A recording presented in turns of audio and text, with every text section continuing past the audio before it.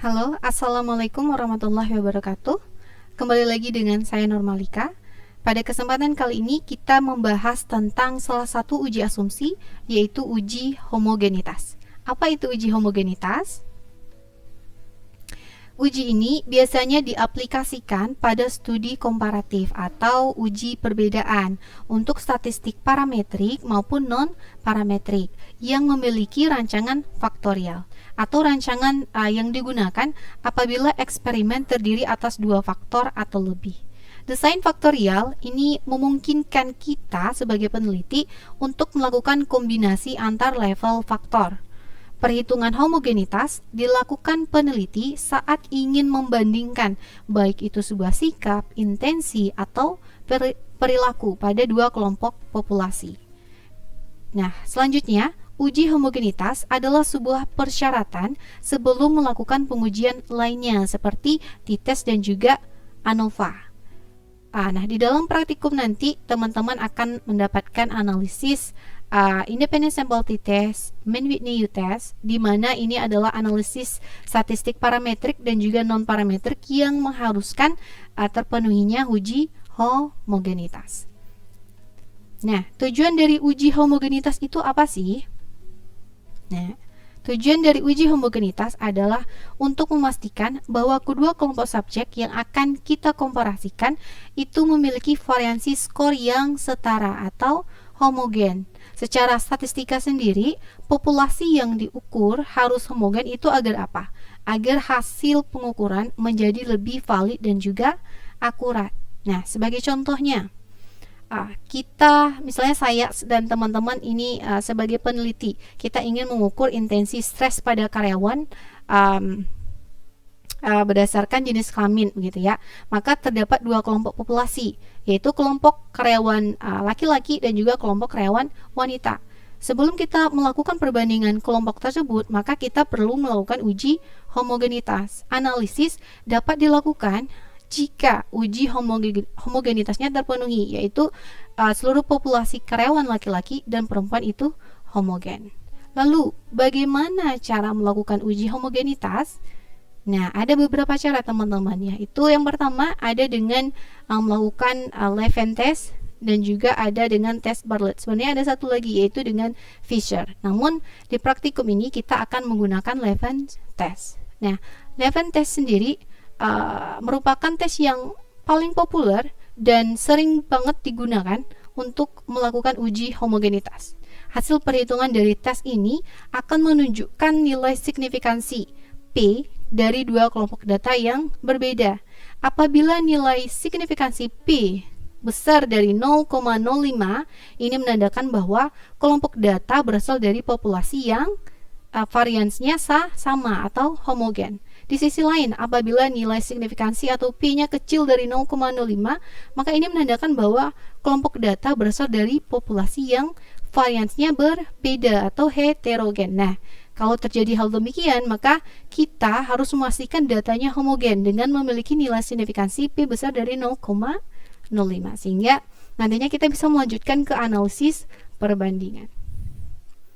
Nah, apakah ada pertanyaan? Jika sudah paham semua, maka selanjutnya kita akan melakukan analisis statistik menggunakan SPSS. Menganalisis data penelitian dengan menggunakan uji homogenitas. Di sini saya memiliki data dengan variabel tergantung kemampuan pengambilan keputusan dan variabel bebas jenis kelamin yaitu putra dan putri. Silakan teman-teman buka SPSS-nya masing-masing.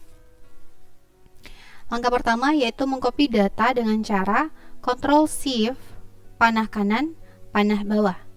Saya ulangi, Ctrl Shift panah kanan, panah bawah. Kemudian tekan Ctrl C. Silakan pindahkan ke data view paling atas, yaitu dengan menekan Ctrl V. Nah, di sini sudah muncul datanya teman-teman. Nah, perlu diketahui bahwa SPSS itu menguji data yang berbentuk angka, sehingga jika ada data yang ingin kita analisis masih berbentuk huruf, kita perlu mengubahnya menjadi angka. Proses tersebut dinamakan coding. Nah, kita bisa menyesuaikannya di bagian variable view. bagian name kita bisa menulis nama variabelnya, cukup simbol saja, karena bagian name tidak boleh menggunakan spasi. Untuk type kita samakan, yaitu jenisnya adalah numerik.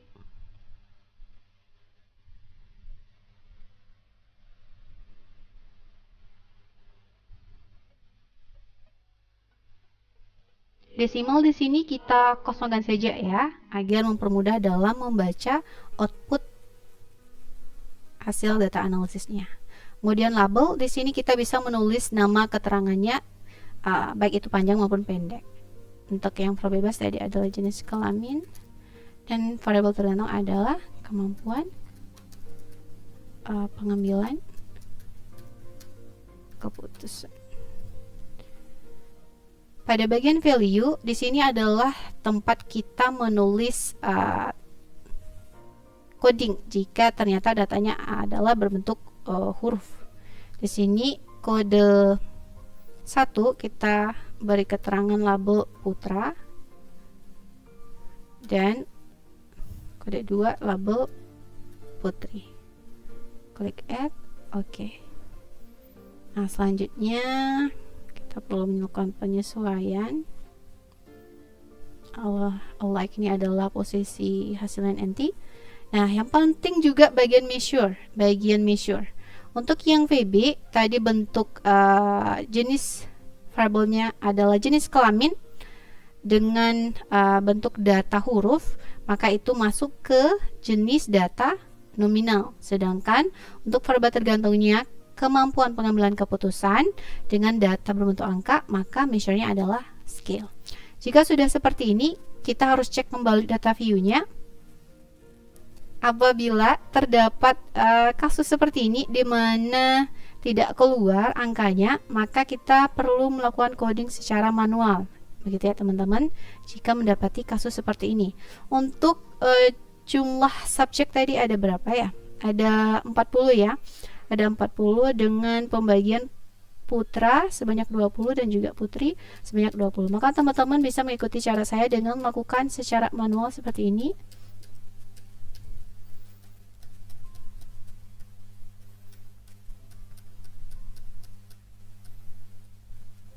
Jika sudah, sekarang kita cek kembali apakah ada yang terlewati. Oke, sudah ya.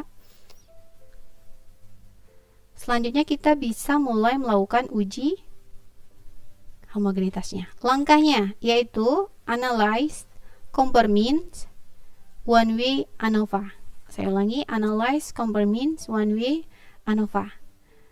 Selanjutnya, pindahkan variabel kemampuan pengambilan keputusan ke kotak dependent list dan variabel bebas jenis kelamin ke kotak faktor.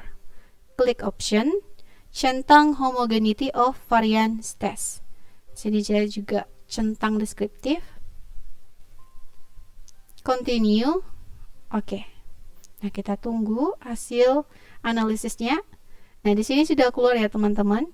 Ada 3 kotak analisis yang keluar dengan langkah seperti yang saya contohkan. Ada kotak deskriptif, kotak test of homogeneity of variance, dan juga kotak ANOVA. Untuk uji homogenitasnya kita lihatnya di mana? Yaitu di test of homogeneity of variance, yaitu bagian sig 0,055.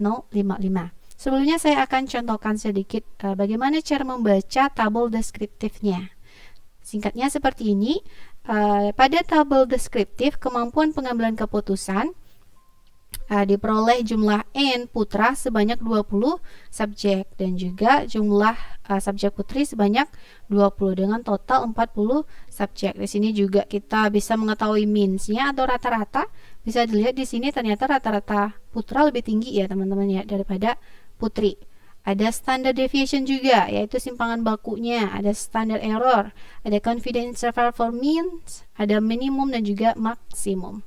Di sini maksimum dari putra 8, minimum dari putra 3, sedangkan maksimum dari putri 7 dan minimum dari putri adalah 4.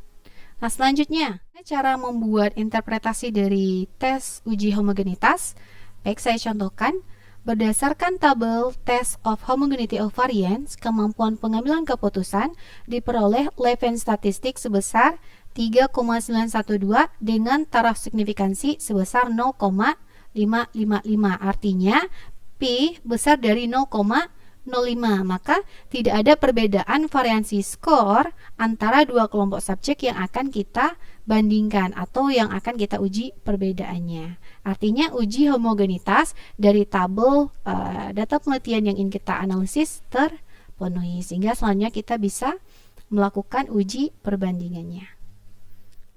Gitu teman-teman materi pada hari ini, yaitu uji homogenitas. Terima kasih kepada teman-teman yang sudah menyimak dari awal hingga akhir. Sampai jumpa di materi selanjutnya. Assalamualaikum warahmatullahi wabarakatuh. Have a nice day.